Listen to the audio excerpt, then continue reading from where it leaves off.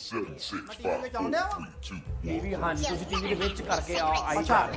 हाँ जी अच्छा हाँ जी। घर घर फोन करके दस दूँ मैं आउंडे आवा नहीं सर मैं ਦੱਸ ਦਿਆਂਗਾ अच्छा। ਤੁਸੀਂ ਮੈਨੂੰ बताएं पहले ये तो 100 मेरे को लै तू अगे लाख वाले ते आ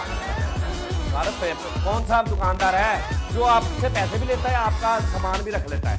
माल भी माल भी रख लेंदा ते पैसे भी रख लेंदा हाँ ते जेड़ा दुकानदार है एडा फड़िया होया हार गए ते नशा जा 100 वाला वा चल कोई नहीं हार गया हार गए सर हाँ सर नहायत नमोशी के साथ की ये ऐलान किया जाता है कि इस सवाल का जवाब है नाई नहीं वो किदा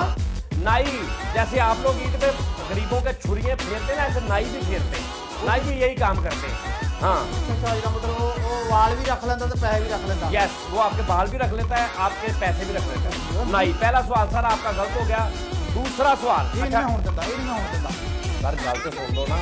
पहली जहाज का सैड शीशा होगा गल तो सुनो मैं सुनन दिया भाई हाँ। मारे बंदे दा दोस्त हुंदा हैं लो जी सर दूसरा सवाल हाँ लाख रुपए के लिए लाख रुपये का हाँ अच्छा मेरे लो भी फिर लाख ही है ओके चलो आपकी समाज की नजर सर ये रहा सर 13 और 13 मेरी जाती हैंड ब्रेक हुई 13 और 13 क्या बना 13 ठहर जाइए एक मिनट जी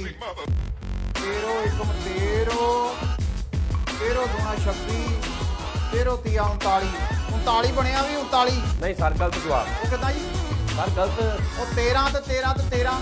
गलत जवाब है ना सर